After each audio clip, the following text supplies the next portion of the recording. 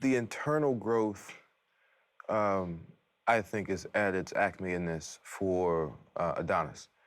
And so, as an actor approaching it, you look at the hero and what is the hero's journey and where is he going, you know? And again, through conversation, we knew that this was going to be an intimate story about these two, actually about these two men, not this one guy coming across this man, but these two men and their own stories, their own legacies, their own dreams colliding and actually colliding. And so, yes, it is more intimate, but the saga of it is epic. You know, it's Greek. You know what we're discussing. It's tribal. You know, there's social and blood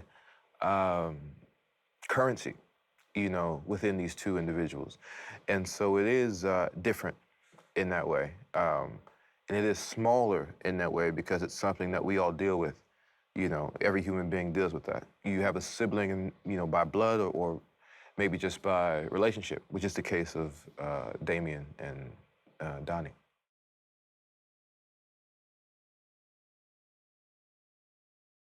The event that breaks us apart is actually, ironically, a moment of contaminated collaboration. You know, when people see the film, you'll see that this is actually two people really trying to love each other, and one overplays the hand. And because of the society they were in, because of the actions that they took, and because of their age difference, the elder, Damien, ends up having to deal with the penal system and goes to prison. But the event of it is essentially a big brother sticking up for a little brother. That is all that happens. That's what happens. A little brother gets in trouble, rightfully so. Big brother goes in and tries to clean it up. And in doing so, they both get busted. They both get in trouble. But the older brother has older consequences. And that puts Damien in the penal system. He's in prison 18, 20 years. While in there, he holds on to the brother love that he has between him and Donnie. One of the things that they muse on and dream on and kept them afloat, you know, when they were in the mud of poverty, of foster care, etc., at the Jeff, was this dream of the rumble in the jungle, you know, Ali and Foreman. And they had that image, they had that dream, they shared that dream. And boxing, for them, was their ticket, and they were both incredible boxers. Damien, the stronger boxer, the older boxer, teaching the younger boxer, his younger brother, how to fight, you know, and ultimately how to survive. So that dream and that relationship is held on to by Damien when he's incarcerated. The rumble in the jungle, getting to Africa, these are things that in my script I went, that's what this moment is, that's what this moment is, that's what I'm fighting to get, that's what I want.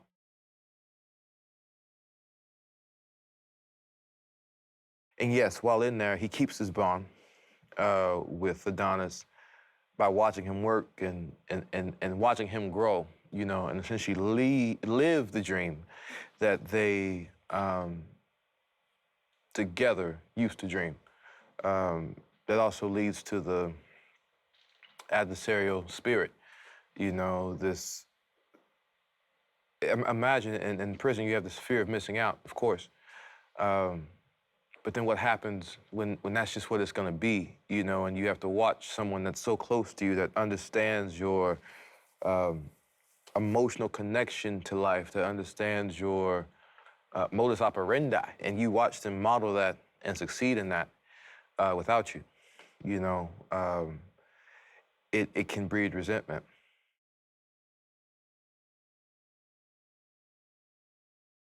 The thing that separates Damien from, I think, the other canonical adversaries One is that this script gives the opportunity for us to learn the villain and understand the villain. And in doing so, I had the gift of empathy, you know? And you have that primarily because of the relationship between Adonis and Damien, that these guys, from the beginning, when they're boys and when you see us as men, you know these guys have a brotherly love, you know, like, and it's deep. You know, it's that friend. But the thing that separates Dame from, I think, all the other guys would be that his beef is historical and emotional. But the battle for Damien continues. And it's not until he's in the locker room, because his battle is he just had a few more adversaries, a few more ghosts to defeat.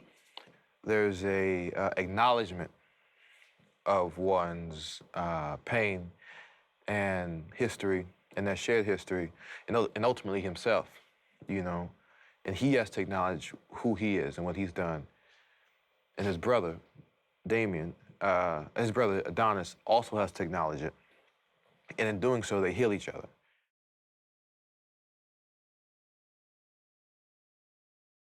Yeah, I mean, the film is interesting because the physicality is such a instrument of the storytelling.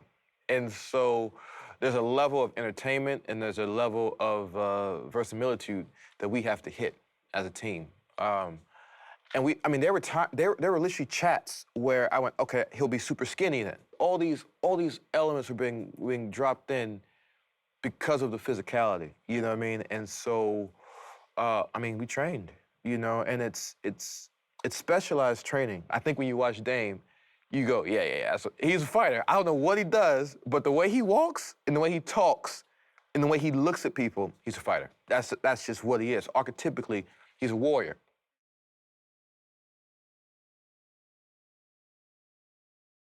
There's an intensity to Damien, you know. I remember the first time me and Mike got in the ring to do it, you know, Clay pulled me aside and said, hey, you know, we don't have to go, you don't have to go that hard. You have to, that's the only way I know how to go.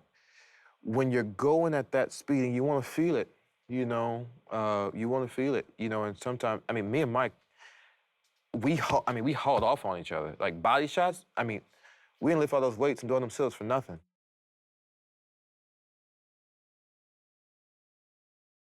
I mean, your lungs burn like they've never burned before. You know, your legs hurt. You know, there's time, just this, I remember at a moment I was just like, this is just, to stay in the position, the discipline to keep your legs plied in a certain way, to push off in the right way, like, to do that, there are times when my body was screaming, you know what I mean? And like, in ways you're not used to, you know? And in those moments, that's the beauty of acting. You know, you go, what would it cost to go through this? What are you trying to get to allow yourself to endure this, you know? If the answer is freedom, and if the answer is happiness, you know what I mean, that body will hold up.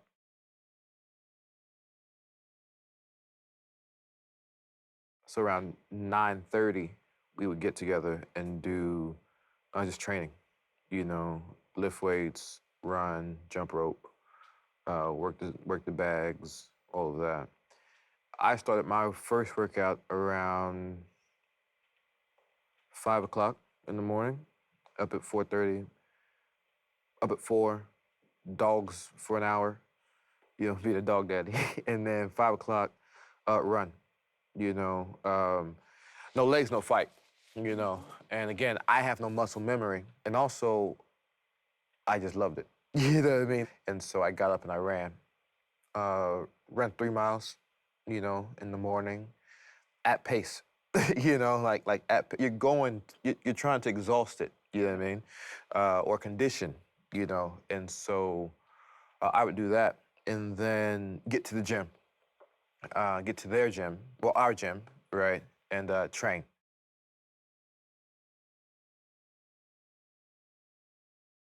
Sometimes I was with Clay, sometimes that was just me and Mike, you know, again, running, going through choreography, shadow boxing with weights, you know, to build the muscle, you know, or condition the muscle.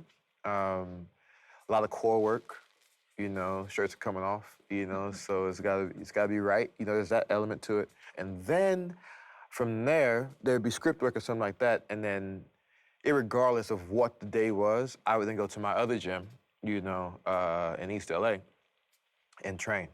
And that's when I would do what I felt I needed to do to be the best version of myself to play Dame, you know? So it's bench press, you know, a lot of prison workouts, bench press, squats, curls, bench press, squat, curl, bench press, squat, curl. More weight, more weight, more weight, more weight. Build the body out, build the body out, build the body out, build the body out. Cardio, you know, hard cardio, you know, pull-ups, lots of pull-ups in the film.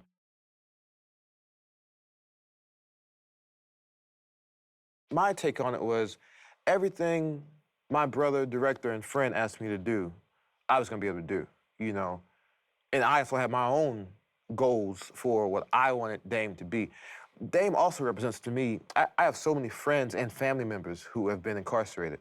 So many dreams that have been shut up and locked down, you know? And so I felt I had a duty to represent those folks, you know? And what would you do if you had the chance to exonerate yourself? Nothing would stop you, you know what I mean? And you would lose your mind if somebody said, you don't have to lift the real weight, you can lift the fake weight. No, no, no, no. We're lifting the weight. I done trained for 4 months to get to this moment. We're doing it. These ropes, I'm climbing them.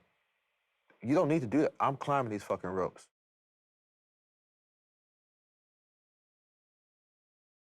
You just don't want to get busted. You know, especially when you're playing someone that exists. That man exists. You know, there's a reason why I changed his last name to Anderson. You know, and they allowed us to change, you know, the name to Anderson. That's my maternal grandfather's last name.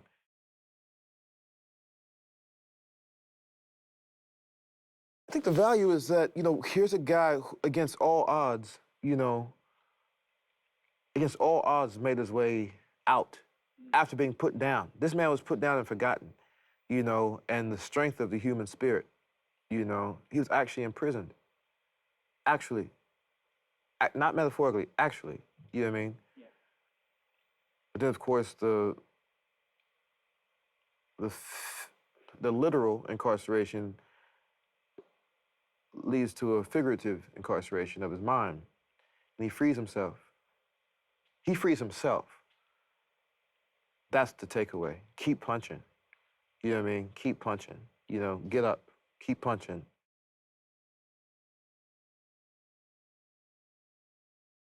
You get two people to root for, as you said. You get two people to love, which means there's two journeys that you've understood and two avenues of potential catharsis. And that's all we need. That's all we want. That's all. What do I want people to take from the film? Catharsis.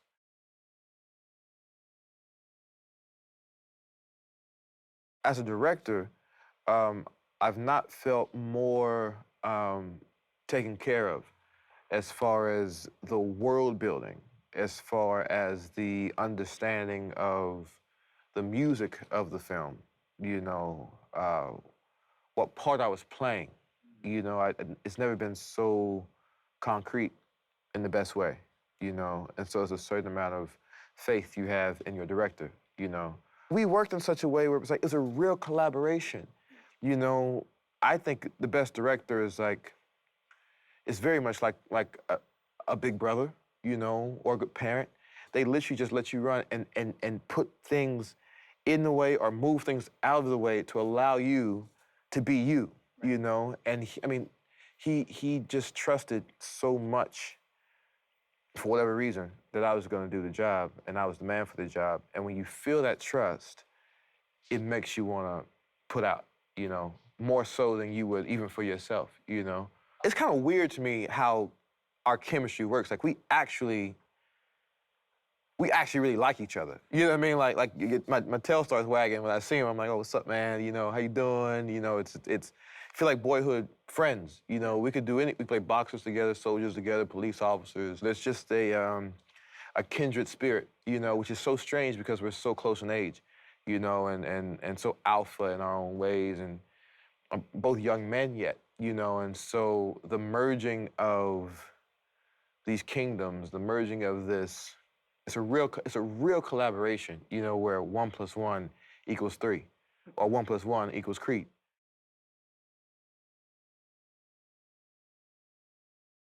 I mean, Tessa is a generational talent, you know, and working with her, her aura on screen and her aura in life, there is a great, again, collaboration. I mean, he's boxing with her, you know what I mean?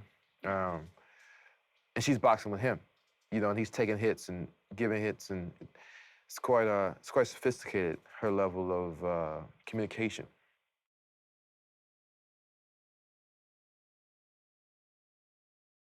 Um, and then, you know, Wood, love Wood. Um, and it was fun to play with him because I so much admire him. You know, he's an NYU graduate, I'm a Yale graduate. We share a master teacher in Ron Van Loo. We got to joke about that. You know, we have similar trainings, you know, both East Coast actors, you know. But to be the adversary to his camp was great.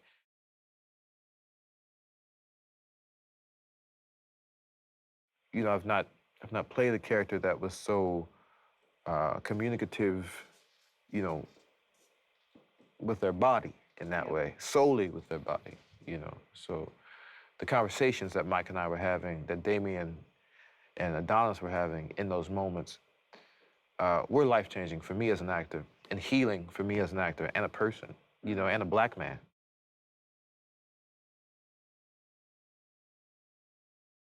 There's no other way to see this one, you know. The size of it, the intimacy of it, the sound of it, the emotion of it, it has to be seen in the cinemas. Um, I think it's so great. It was so great in the beginning process of it that, you know, we're doing certain shots on IMAX cameras with certain machines that just have not been done in cinemas. That they've not been shot before, you know. It has to be seen there for the full experience, um, for all the performance, for all the sweat, for all the tears. You have to see it in cinemas, and this is something you want to see with families. It's a family story. You know, Damien and Adonis are brothers. You know, Adonis and Bianca. You know, like they are a family. They have a child. They're building that. You know, it's something to see that will break your heart and bring us all together.